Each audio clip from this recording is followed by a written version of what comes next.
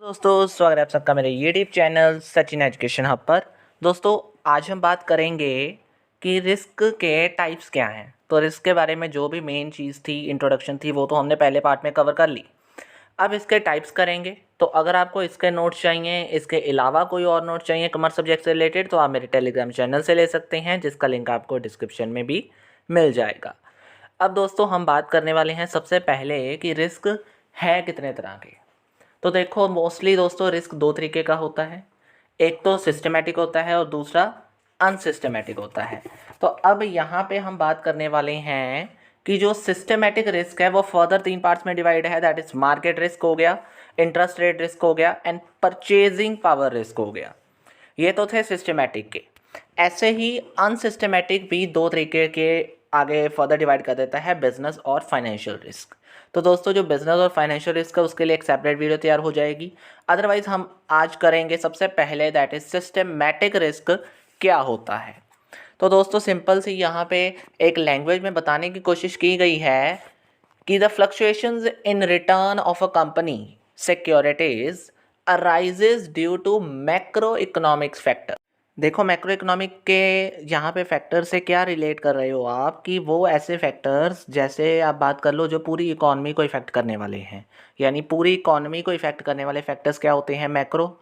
और अगर हम सिमिलरली सिंपल सी यहाँ पे बात को नज़र में देखें तो वो क्या है कि प्राइजेस, सिक्योरिटीज़ के प्राइजेस में या रिटर्न में फ्लक्चुएशंस आना, ड्यू टू प्राइजेस भी कह सकते हो, तो उनको हम नाम दे देंगे सिस्टमेटिक रिस्क। तो ये क्या क्या होते हैं, यानी अगर इसमें अगर एग्जांपल ले लें तो इंक्रीज इन इन्फ्लेशन, इन्फ्लेशन के कारण हो गया, या ऑयल प्राइसेस चेंज हो गए, या अनएम्प्लॉयमेंट रेट बढ़ गया या हो गया, ऐसा कुछ क्या होता है सिस्टमेटिक रिस्क। और इसे हम नॉन डाइवर्सिफिएबल रिस्क भी कहते हैं। नॉन डाइवर्सिफिएबल मीन्स जिसे हम टैकल नहीं कर सकते, जो हमारे कंट्रोल के बाहर होते हैं, उनको हम कहते हैं। और these are directly related to economic factors, economic system, economic factor से रिलेट करते हैं ये सारा जो भी रिस्क होता है। तो ये रिस्क हमारे कंट्रोल में नहीं है, लेकिन फिर भी ये रिस्क आता है, इसलिए ये चीज़ बहुत इंपॉर्टेंट है, आपको करनी है। तो सिस्टमेटिक रिस्क के बारे में पता चल गया। अब इसमें हमने पढ़ने हैं टाइप्स। तो सिस्टमेटिक रिस्क फर्दर हमारे पास तीन तरीके का था, और क्या क्या है सबसे पहले अब आपके सामने लिखा आएगा, that is interest rate risk. तो इंटरेस्ट रेट रिस्क क्या होता है इसके बारे में अब हम बात करेंगे कि कोई ऐसा रिस्क, देखो जी नाम से क्लियर कर रहे हो अगर आप, तो जनरली आप कह सकते हो कि जो interest rate risk that is related to interest rate. Simple सा मीनिंग है कि सीधी सी बात अगर कही जाए कि जो प्राइसेस होते हैं सिक्योरिटीज़ के, वो इन्वर्सली मूव करते हैं जब भी इंटरेस्ट रेट चेंज होता है। यानी जब भी बढ़ेगा या कम होगा तो जो प्राइसेस हैं वो उल्टा यानी ऑपोजिट चलेंगे, इन्वर्सली फ्लक्चुएट करेंगे उनके regarding.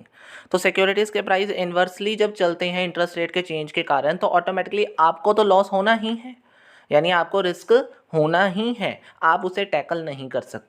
So simply in other words it is a mismatch between banks liability tend to long term and assets tend to short term. तो बहुत ईजी लैंग्वेज में आपको बताया गया यहाँ पे।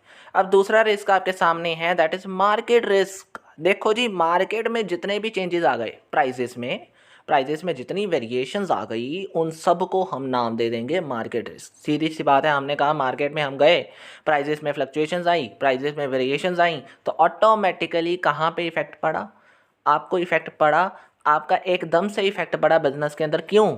क्योंकि ये जो मार्केट रिस्क है, कब प्राइजेस बढ़ जाएं कब कम हो जाएं कुछ नहीं पता होता।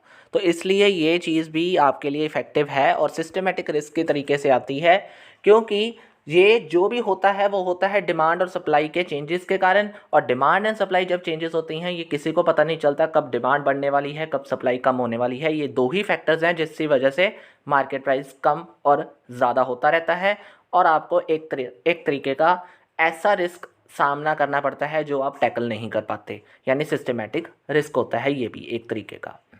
तो सिंपली वे से आपको क्लियर हो गया कि क्या कहने की कोशिश की गई है यहाँ पे भी।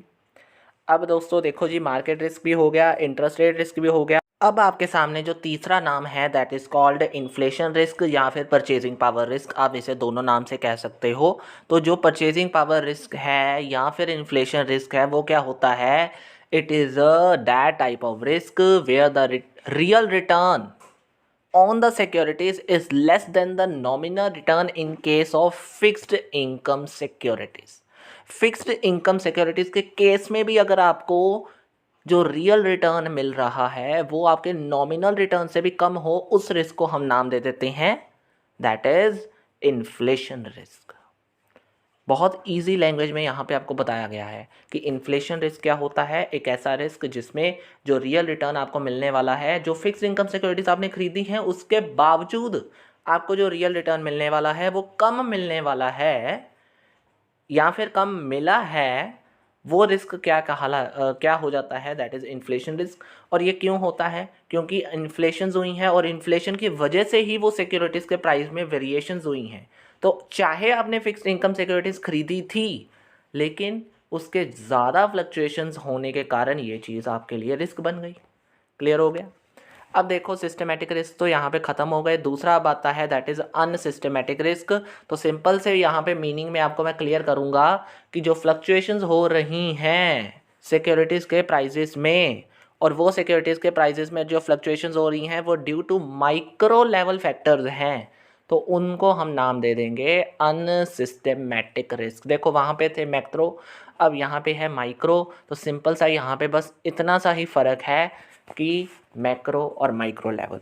अब ये माइक्रो लेवल क्या होता है, यानी एक एट इंडिविजुअल लेवल आप बात करते हो कि ये कंट्रोल में होती हैं, ये डाइवर्सिफिएबल होती हैं, और साथ में अगर आप बात करो तो यहाँ पे इसके एग्जांपल्स आ जाते हैं एम्प्लॉय टर्नओवर और वर्कर स्ट्राइक कह सकते हो। तो ये जो चीज़ें हैं यानी जो आपको बताई गई हैं ये क्या है, अनसिस्टमेटिक रिस्क, जो थोड़ी देर के लिए है, ज़्यादा बड़ा नहीं है, ज़्यादा इफेक्टिव नहीं है। अब इसके भी अब हम बात करेंगे कि टाइप्स क्या हैं। तो सबसे पहला जो टाइप है वो है बिजनेस रिस्क और दूसरा आएगा फाइनेंशियल रिस्क। तो देखो सिंपल सी बात यहाँ पे है कि इसकी डिटेल आपके सामने लिखी तो ज़रूर है, लेकिन इसके अलावा इसके आगे भी बहुत सारी फर्दर डिटेल्स है कि बिजनेस रिस्क है क्या, इसके टाइप्स क्या हैं। वो डिटेल हम इन दोनों जो मेन अनसिस्टमेटिक रिस्क के टाइप्स हैं इनके बारे में नेक्स्ट अलग से वीडियो में बनाकर मैं आपको बताऊंगा कि असल में ये क्या है। तो इसका मीनिंग यहाँ पे अब हम थोड़ा सा डिस्कस कर लेते हैं कि बिजनेस रिस्क क्या है। कि वो risk that is depend on the business factor, वो रिस्क जो बिजनेस फैक्टर्स के ऊपर डिपेंड कर रहा है, लाइक कॉम्पिटिशन हो गए या प्रोडक्ट लाइबिलिटी हो गया या फिर ऑर्गेनाइजेशन क्लाइमेट हो गया। ऐसे सारे बिजनेस फैक्टर्स हैं जो इंटरनली और एक्सटर्नली इफेक्ट कर रहे हैं बिजनेस को, उन सब के ऊपर जो रिस्क होता है वो रिस्क होता है बिजनेस रिस्क। सिंपल सी बात है। या फिर अगर आप बात कर लो तो बिजनेस रिस्क ज़्यादातर इंटरनली एक्सटर्नली होता है, या फिर इसके अलावा इसके बहुत सारे टाइप्स हैं जो अब तो नहीं, नेक्स्ट वीडियो में आपको मैं ज़रूर करवाने वाला हूं, तो उसके लिए भी आप वेट करना। अब मेन जो चीज़ इसमें आपको बताई गई है कि बिजनेस रिस्क तो हुआ, फाइनेंशियल रिस्क जस्ट चेंज करना है एक वर्ड, वो क्या है कि that depend on the securities issued. जो आपने सिक्योरिटीज इशू की है उसके ऊपर जो रिस्क डिपेंड कर रहा है that is called financial risk, आपके पैसे से रिलेटेड। ठीक है, और सिक्योरिटी जो इशू करोगे अगर उसके ऊपर रिटर्न अच्छे से नहीं मिला, उसके ऊपर आपको फाइनेंशियली लॉस हो गया, वो क्या है, फाइनेंशियल रिस्क। ठीक है, और ज़्यादातर अगर आप बात करते हो तो इसमें आप ये कह सकते हो कि जो आपने इन्वेस्टमेंट की है उसमें से मनी का लॉस हो जाना वो होता है फाइनेंशियल रिस्क।